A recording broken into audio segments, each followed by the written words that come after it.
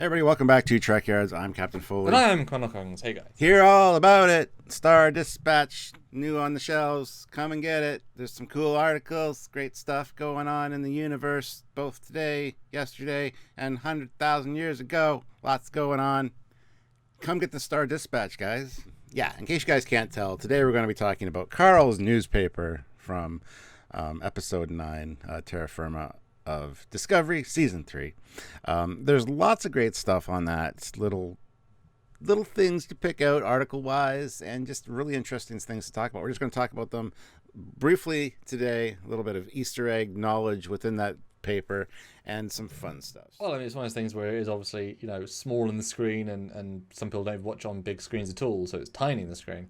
And also, we are going to then mention it out front, and then at the end, obviously, Star Dispatch was a in-universe newspaper in the past, in the Steel Age of Forever episode.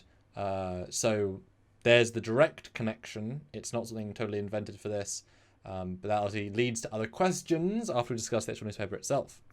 And it should be noted, too, that the Star Dispatch is also delivering tomorrow's news today. It's the Universal Edition, and it was cost 15 quatlus. So. I do want to apologise. I said we'll talk about and see if we can find the answers, but we have to find the right questions before we can even try and find the right answers. It's dangerous when the answers come first. But it was fun, Stuart. It was a very much a Easter egg newspaper, but in a appropriately subtle way, and I think a lot of us have found these as we've been going on. But as soon as you do mention it was the same newspaper from Guardian, the Guardian episode, it raises even more questions. And but it's the sort of thing that an audience member can easily, I would happen to say most audience will just see it and think, that's weird, move on. And obviously we are slightly more in the looking at things in detail part of the fandom, which is where we are. What do you think? What was your take on this? And obviously there's loads of cool new things. Well, I didn't notice them all right away. I get a lot of this information when I do my first reaction review on the Thursday night. So people were pointing stuff out to me, and I'm like, oh yeah. So I went back and took a look, and yes, they are quite noticeable once you know about them. There's of course the main headline: Emperor Giorgio dies, horrible, painful death.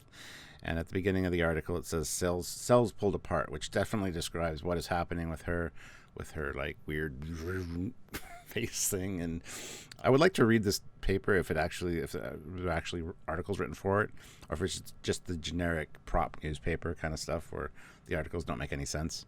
This is fun. This is kind of a lower deck style treatment where they actually put things. I mean, this stuff is, I can barely read some of this stuff. I'm sure some of it's kind of like someone extrapolating and then saying, oh, this is close enough to Quatlu. Oh, I know what it is, sort of thing. It's like, it's so non-clear. But it's fun. It is a fun idea. It's weird to have Janolan and Takon mentioned in the same. They're quite far apart, but it would have been odd if they only factored into Starfleet. So it's kind of nice. That tells us the universal scope. Samuel, did you hear that the USS Janolan is on milk cartons now? It's missing. Starship USS Janolan reported to be missing. That, of course, is the ship that Scotty crashed on into the Dyson Sphere, and they find him in the episode Relics of TNG. So that was, just after the movies, Star Trek 6 era, that's taking place. So that's important to point out, too, because... the other thing on here is the supernova that threatens the Takon Empire, Billions Perish, which is mentioned in The Last Outpost, which is an episode of TNG as well. But that was hundreds of, 100,000 years ago or something. I forget exactly when they said it was, but very subtle things. Some people might hear Takon Empire and go, sounds familiar. It is mentioned. There's a hologram on the briefing room table in TNG first season, I believe. It's actually a nice subtle little reference, but so awesome for something like a powerful entity to have on the newspaper. I think is cool. And actually, the way you say that, it's the Janolan is a small scale event, but it's with a legacy character that would obviously made a difference in the universe of the galaxy, and then the con is the opposite. It's a massive thing that makes an impact on the galaxy. So this makes sense. Although the most thing about this paper is that it's annoying because I can't read the damn stories. That's the most annoying thing. I want to see how is the tone about the Janolan versus, because whoever is reporting on it in the fictionalness of the fictionalness, that will give you a massive clue as to what is happening. Although it's amazing how Giorgio gets front page and the Decon Empire killing billions gets a sideline. She's not that important, guys. Well, in her own life she is, and that's what's important because this, yeah. It's just kind of funny when you think about it. It's like, why is she so important? Yeah. Well, this would be tailored to each individual person, but yeah, absolutely. And now on the back is interesting too because at the top we got an ad for Good Soup. Let me help 21st century or 21st Street mission, which is of course the mission that Edith Keeler was in charge of in City on the Edge of Forever. So again, a nice like top of the page ad for that, and it's really interesting because I'd like to read that. Good Soup and the Let Me Help part very much fits in with the tone of that episode. So, and this was one that we obviously saw in our first review, and we actually only while we were reviewing it, yeah, you're like, hey, that's the 21st Street mission. You pointed that out. So. Yeah, I was like, just based on Soup and that picture. And so now, as obviously we're getting to the second half of this, to have the newspaper literally be a one from that episode and a story about the mission, I mean, the link there is beyond subtle, to the point of, well, hey. But then obviously you got, like, as it says, Vulcan script and Batleth tournament and Bajoran script. I mean, these are very simple things. Although no one seems to have identified the word search thing, which to me looks like a symbol for an empire or a chemical symbol or a star system. Like, I wouldn't be surprised if that's like the end of the season.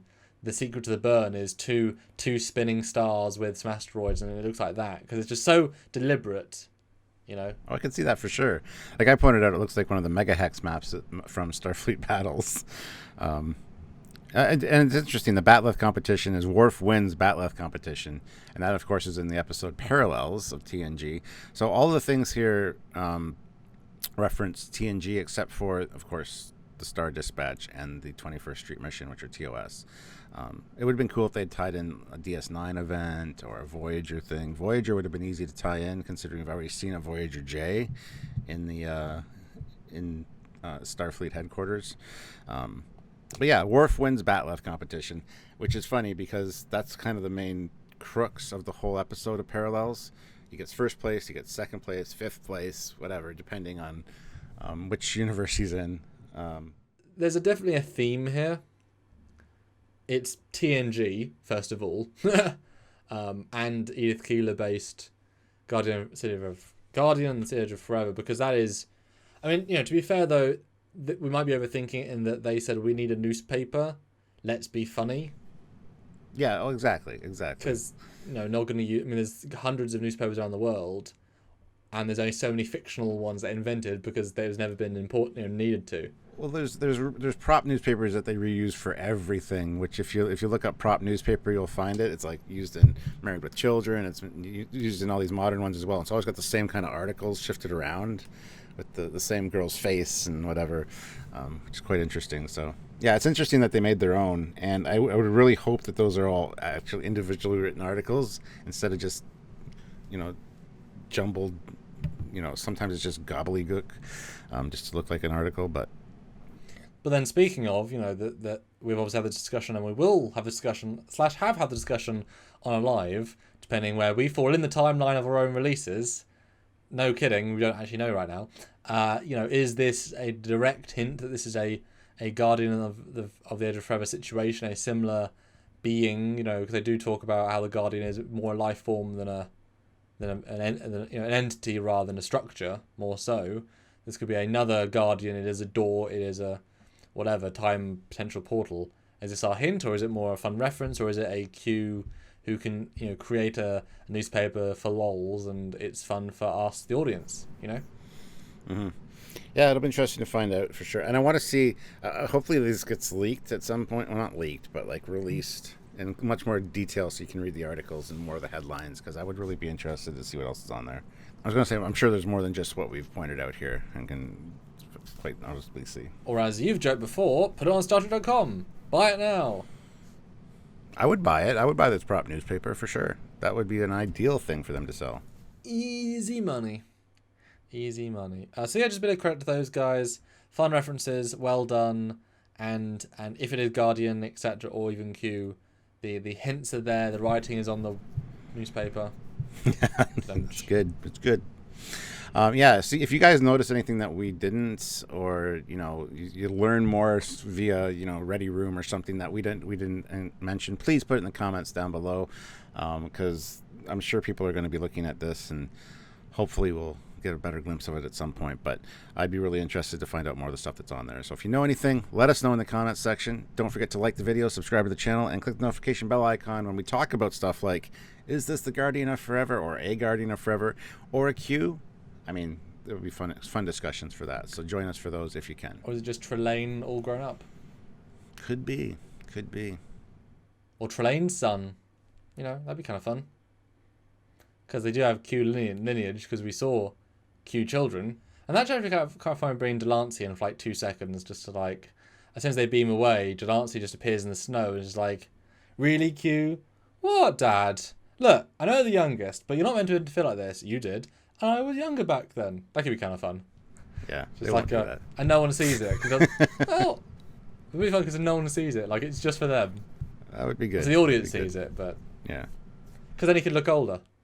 As he did look older by the end, obviously. Look at his haircut. His hairline changes. Anyway, yes, and support us on Patreon, PayPal, join the channel, Super Chat, all those great ways. You guys know them. Or look in the description down below for other ways. There are several, and some help you by helping us, by helping yourself. It's a great win-win, guys. But at the end of the day, just come back the next day. Or use the Guardian of the Edge of YouTube and go back in time and watch our old content. It's there, waiting through the doorway of your screen. You can just reach out and grab the content. You can time travel and see us 6 years ago, all weird and awkward and fresh-faced, and see how much we've evolved and how far we've come along. Please don't do that. Actually, please do that, but just don't tell us that. Go watch our old content. It's good stuff. Anyway, until next time, I'm Captain Foley. And I am Connor Cox. Bye, guys. Bye, guys.